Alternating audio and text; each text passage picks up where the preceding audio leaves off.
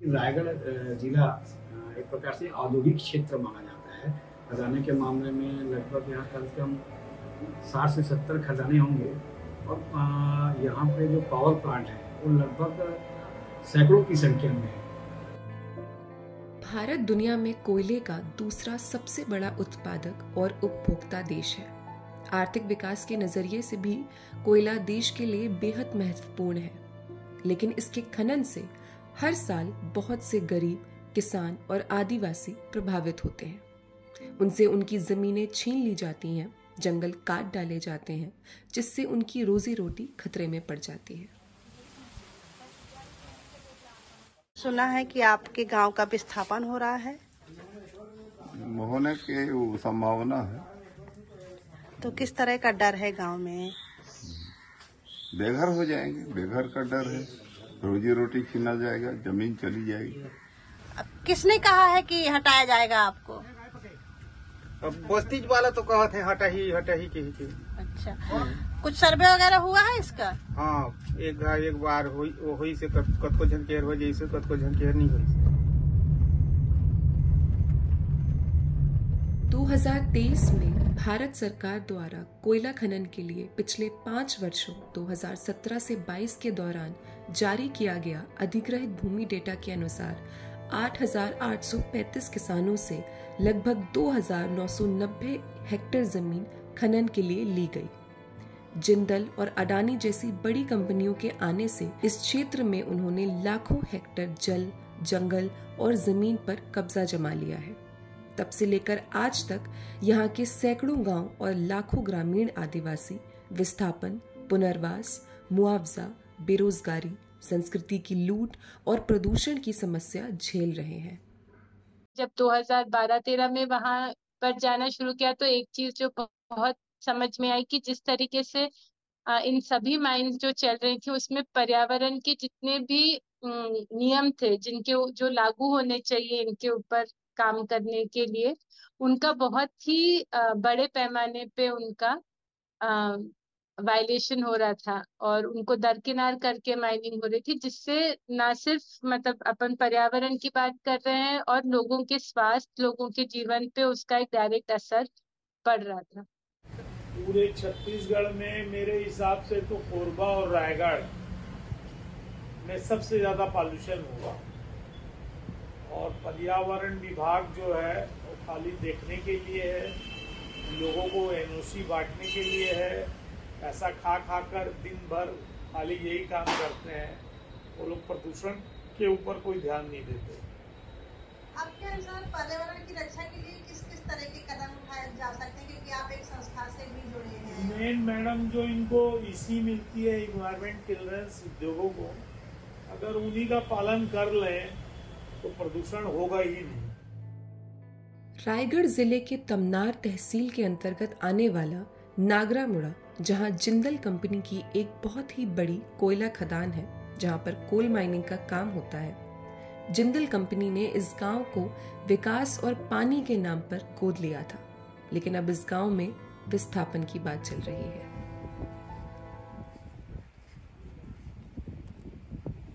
अभी यहाँ हमारे गांव में के लोगों को विस्थापन करने वाला है जिंदल वाला, तो लोग सोच रहे हैं कि कहाँ जाएंगे, कहाँ रहेंगे। हम अब ज्यादातर आदिवासी लोग, उनके पास तो ना जमीन है, ना ज्यादा घर और भी नहीं है, एक एक कमरा घर है, उनको तो बहुत ज्यादा दिक्कत हो रहा है। विस्थापन यदि शासन कर रही है तो अच्छे जगह में इनको विस्थापन किया जाए, रोजगार मुहैया कराया जाए और क्षतिपूर्ति उच्च दर में दिया जाए और सभी शासन द्वारा जो निर्धारित मापदंड के अनुसार उचित मुआवजा के साथ में लोगों की समस्याओं को हल करते हुए आगे बढ़ने से तो कुछ होगा। और ऐसे विस्थापन कर देने से गरीब आदमी का से आदिवासी कहाँ जाएंगे, भूमिहीन कहाँ जाएंगे, किसान क्या करेंगे? यहाँ पर सरकार की एक जिम्मेदारी बनती है कि जमीन का जो विस्थापन है, जमीन का लेन देन और ये पर्यावरण के मुद्दों में जो भी बाहर से कंपनियां आ रही हैं या बाहर से जो भी वेस्टेड इंटरेस्ट आ रहे हैं, सरकार का एक दायित्व ये बनता है कि वो उसको इस तरीके से देखे कि लोगों के हितों का हनन ना हो। और अगर जमीनें जाती हैं तो उसमें लोगों को उनका जो मतलब जो एक तो लोग चाहते हैं कि नहीं कि वहां पे इस तरह से उनकी जमीन जाए, वहां पे कोई नया उद्योग आए। और अगर वो आ रहा है और अगर लोग उसकी मतलब कई जगह हम देख रहे थे कि लोग ना बोल रहे थे तब भी वो जबरदस्ती उसको लाया जा रहा था। और जहाँ पे लोग अगर हाँ बोल के भी अगर उसको लाते हैं तो उसमें भी हर तरीके से उनको उनका ही धोखा हो रहा था कि जो उनको नौकरियां प्रॉमिस की जाती हैं, जो जमीन के बदले जो उनका मुआवजा होना चाहिए, वो सारी चीजों में बहुत अलग अलग तरीके से धांधली की जा रही थी, जिससे लोगों का खास करके वहाँ की जो आदिवासी और दलित पॉपुलेशन है उसके हकों का बहुत अलग अलग तरीके से हनन हो रहा था। भूमि अधिग्रहण अधिनियम 2013 के अनुसार विकास परियोजनाओं के लिए निजी संस्थाओं द्वारा अधिग्रहण का उद्देश्य स्पष्ट रूप से परिभाषित किया जाना चाहिए और बेदखल किए गए लोगों को या तो कहीं और रहने की जगह उपलब्ध कराई जानी चाहिए या मुआवजे के साथ भूमि के बदले भूमि का सौदा किया जाना चाहिए। मगर नागरा मुड़ा में लोगों को न तो अधिग्रहण सर्वे की ठीक से जानकारी दी गई और जो एग्रीमेंट भी कराए गए उसमें कई घोटाले सामने आए हैं। गोद ले इसे विस्थापन करबो कहते, विस्थापन करती रेट फेटला तो हले सही बताती, चोरी चुप के करत है बुता सब चीज। चोरी चुप के विस्थापन की कार्रवाई शुरू है। हाँ तो अब उसने चुने का काय नहीं लेने का, वैसी बोलते हैं लेकिन उसकी हमारे को कोई जानकारी नहीं है पूरा। विस्थापन होने से गांव में तो इश्तिहार लगेगा, बुनियादी होगा और हर जो आदमी है उनको पढ़े लिखे हैं उनको जानकारी देना है जगह जगह, उसकी पेपर सर्वे आकर ऐसी बोलते हैं फैमिली सर्वे। जो विस्थापन का कमेटी है 10, 11, 12, 15 कमेटी है ना, उसका 10, 11, 12 जने का समिति को उसकी कमेटी है, तो उसमें वो लोग को सबको आना चाहिए। विस्थापन होगा तो कौन कौन है विस्थापन? उसमें रहते हैं जिंदल वाले आदमी रहते हैं, वो पटवारी मैडम रहती हैं, सचिव रहते हैं। अच्छा। सचिव को बोलने से मैं फैमिली सर्वे कर रहा हूँ बोलता है, और इधर घर के नपाई भी कर देते हैं। हमारा एक हिस्सा किसान लोगों का है, एक हिस्सा हम लोगों का है आदिवासी का। तो आदिवासी किसान नहीं होते हैं? हम लोग का सिर्फ मकान है, हमारा घर है। तो कंपनी जैसे अभी सर्वे वर्वे जो भी करवा रहा है वो तो करवा रहा है, उसका काम है। तो हम लोग का आदिवासी को जो भी हमारा हक है उसको हमको मिलना चाहिए। तो उसमें किसान लोग जो है वो लोग तो अपना जमीन बाड़ी दे दे रहा है, हमारे सिर्फ घर है, तो उस हिसाब से हमको कुछ मिलना चाहिए। हम लोग शासन को बोलते हैं, प्रशासन को बोलते हैं, कोई ध्यान नहीं देता है तो किसको बोलिएगा।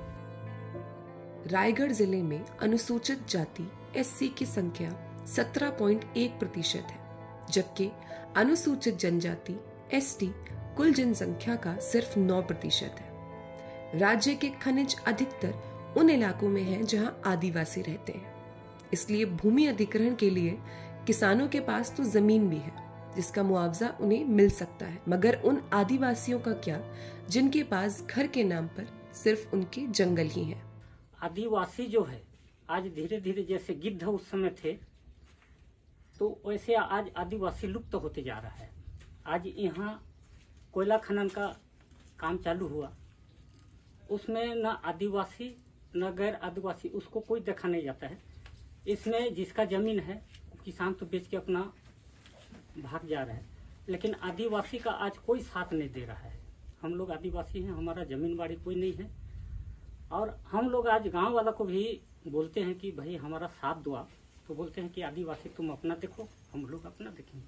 तो आदिवासी कहाँ जाएगा? विस्थापन में किस तरह से आप देखते हैं कि जो लोग परेशान होते हैं, क्या उनको पुनर्वास के लिए सही जगह या कुछ दी जाती है, क्या होता है उसके लिए?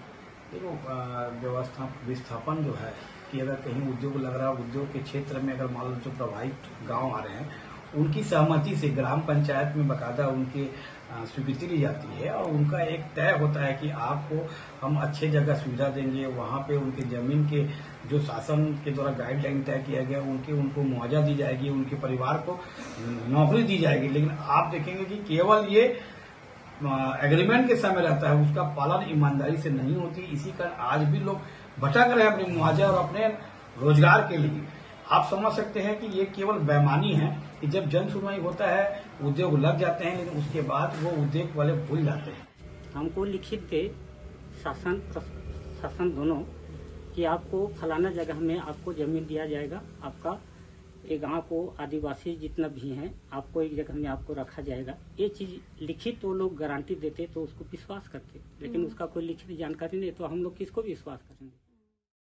अपनी जमीन की लड़ाई में बहुत से लोगों की हिम्मत और हौसला अब जवाब दे चुका है, मगर अब भी कुछ आवाजें ऐसी हैं जिनको ये बड़ी कंपनियां दबा नहीं सकी और वो अभी भी अपने हक की लड़ाई में डटी हैं।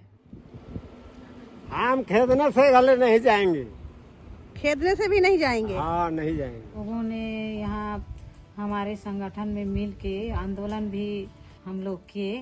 जानकी जी ने एक और भी बड़ी लड़ाई लड़ी है।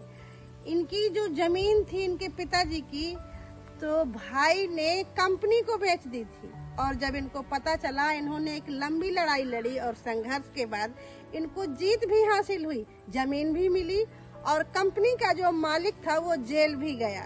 तो ऐसा नहीं है कि जब लोग आवाज उठाते हैं और बराबर उस पर डटे रहते हैं, संघर्ष करते हैं तो जीत हासिल नहीं होती। अभी डटे रहेंगे आप? हाँ, डटे रहेंगे हम। जहाँ तक हमारा जीवन है हम लड़ते रहेंगे और अपना अधिकार लेके रहेंगे।